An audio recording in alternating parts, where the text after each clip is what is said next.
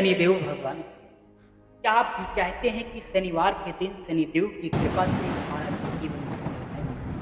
तो अगले 2 मिनट पूरे विश्वास के साथ इस शनि मंत्र का जप आइए श्रद्धा के साथ शनि महाराज का स्मरण करते हैं और इस शनि मंत्र का जाप करते हैं।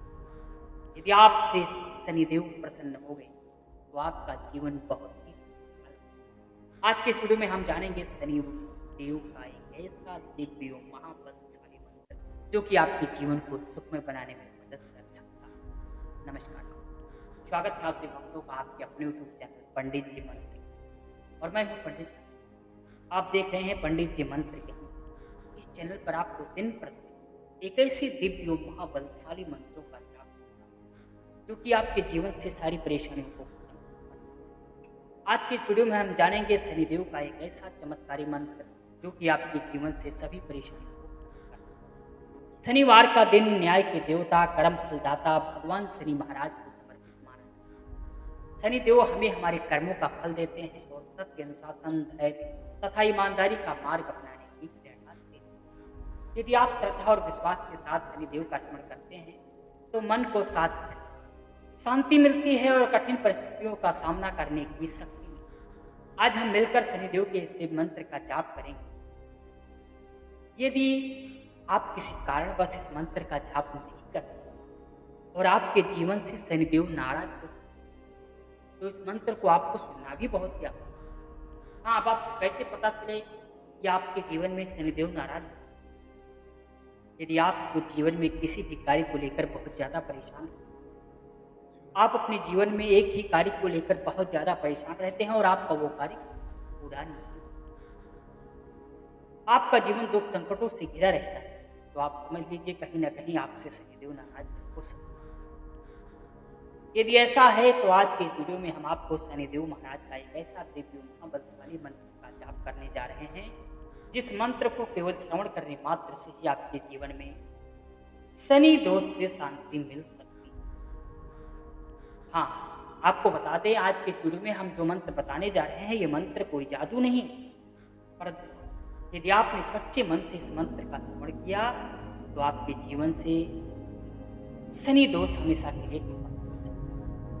क्योंकि यदि आपके अंदर श्रद्धा और विश्वास है तभी आप इस मंत्र का, क्योंकि भक्तों जब आपके अंदर श्रद्धा और विश्वास होगा तभी आपको इस मंत्र से लाभ मिलेगा। क्योंकि भक्तों इस वीडियो में ना हम किसी प्रकार की कोई गारंटी करते हैं, ना ये मंत्र कोई चमत्कार है।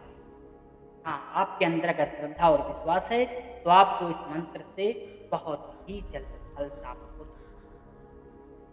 तो अगर आप भी शनिदेव पर अपनी विश्वास रखते हैं, शनिदेव की कृपा प्राप्त करना चाहते हैं तो इस वीडियो में बताए गए मंत्र को नित्य प्रतिदिन नियम बनाकर शनिवार के दिन अवश्य इस मंत्र का श्रवण जप करना प्रारंभ कर दीजिए। आपका जीवन हमें आशा है कि फल हो सकता है। तो चलिए इस मंत्र का जाप अभी से। ओम सं शनिश्चराय नमः। ओम न्यायाधीशाय नमः। ओम सं शनिश्चराय नमः। ओम न्यायाधीशाय नमः। ओम सं शनिश्चराय नमः। ओम न्यायाधीशाय नमः। ओम सं शनिश्चराय नमः। ओम न्यायाधीशाय नमः। ओम सं शनिश्चराय नमः। ओम न्यायाधीशाय नमः। ओम सं शनिश्चराय नमः। ओम न्यायाधीशाय नमः। ओम सं शनिश्चराय नमः। ओम न्यायाधीशाय नमः। ओम सं शनिश्चराय नमः। ओम न्यायाधीशाय नमः। ओम सं शनिश्चराय नमः। ओम न्यायाधीशाय नमः। ओम सं शनिश्चराय नमः। ओम न्यायाधीशाय नमः।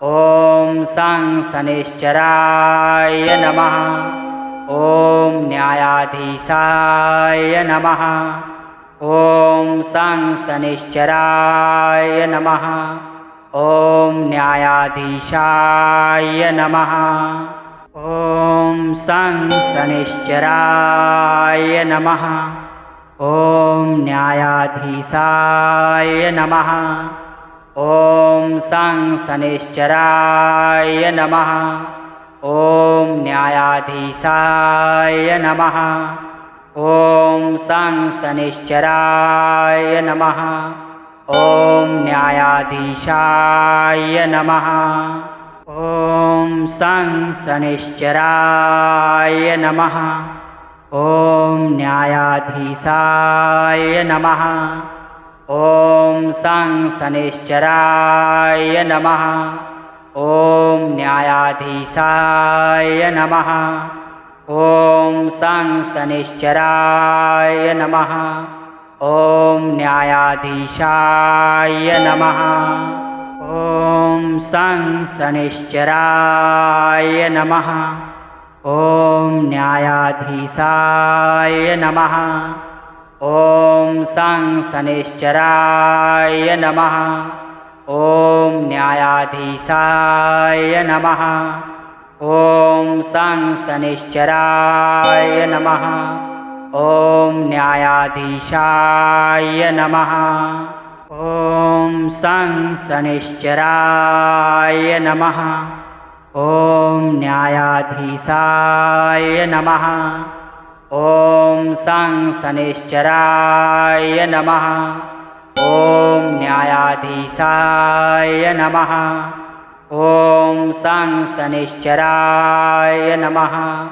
ॐ न्यायाधीशाय नमः। ॐ सं शनिश्चराय नमः। ॐ न्यायाधीशाय नमः। ॐ सं शनिश्चराय नमः। ॐ न्यायाधीशाय नमः। ॐ सं शनिश्चराय नमः। ॐ न्यायाधीशाय नमः। ॐ सं शनिश्चराय नमः। ॐ न्यायाधीशाय नमः। ॐ सं शनिश्चराय नमः। ॐ न्यायाधीशाय नमः। ॐ सं शनिश्चराय नमः। ॐ सं शनिश्चराय नमः। ॐ न्यायाधीशाय नमः। ॐ सं शनिश्चराय नमः। ॐ न्यायाधीशाय नमः। ॐ सं शनिश्चराय नमः। ॐ न्यायाधीशाय नमः। ॐ सं शनिश्चराय नमः। ॐ न्यायाधीशाय नमः। ॐ सं शनिश्चराय नमः। ॐ न्यायाधीशाय नमः। ॐ सं शनिश्चराय नमः। ॐ न्यायाधीशाय नमः। ॐ सं शनिश्चराय नमः। ॐ न्यायाधीशाय नमः। ॐ सं शनिश्चराय नमः। ॐ न्यायाधीशाय नमः। ॐ सं शनिश्चराय नमः। ॐ न्यायाधीशाय नमः। ॐ सं शनिश्चराय नमः। ॐ न्यायाधीशाय नमः। ॐ सं शनिश्चराय नमः। ॐ न्यायाधीशाय नमः। ॐ सं शनिश्चराय नमः। ॐ न्यायाधीशाय नमः। ॐ सं शनिश्चराय नमः।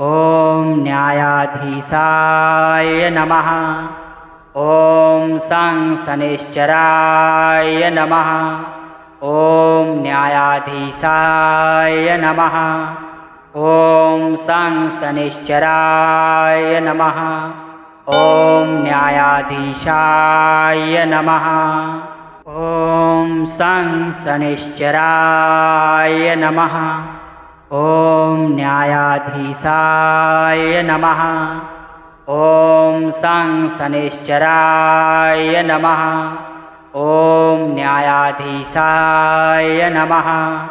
ॐ सं शनैश्चराय नमः।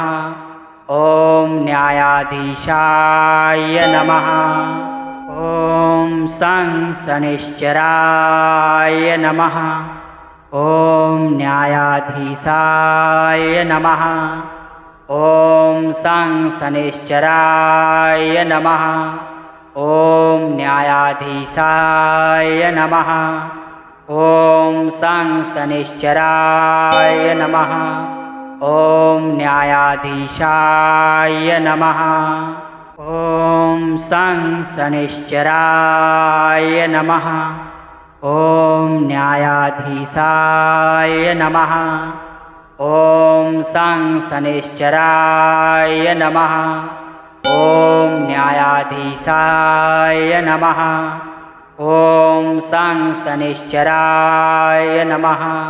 ॐ न्यायाधीशाय नमः। ॐ सं शनैश्चराय नमः। ॐ न्यायाधीशाय नमः। ॐ सं शनैश्चराय नमः। ॐ न्यायाधीशाय नमः। ॐ सं शनैश्चराय नमः। ॐ न्यायाधीशाय नमः। ॐ सं शनैश्चराय नमः। ॐ न्यायाधीशाय नमः। ॐ सं शनैश्चराय नमः। ॐ न्यायाधीशाय नमः। ॐ सं शनैश्चराय नमः। ॐ सं शनैश्चराय नमः। ॐ न्यायाधीशाय नमः। ॐ सं शनैश्चराय नमः। ॐ न्यायाधीशाय नमः। ॐ सं शनैश्चराय नमः। ॐ न्यायाधीशाय नमः। ॐ सं शनैश्चराय नमः। ॐ न्यायाधीशाय नमः। ॐ सं शनैश्चराय नमः। ॐ न्यायाधीशाय नमः। ॐ सं शनैश्चराय नमः। ॐ न्यायाधीशाय नमः। ॐ सं शनैश्चराय नमः। ॐ न्यायाधीशाय नमः। ॐ सं शनैश्चराय नमः। ॐ न्यायाधीशाय नमः। ॐ सं शनैश्चराय नमः।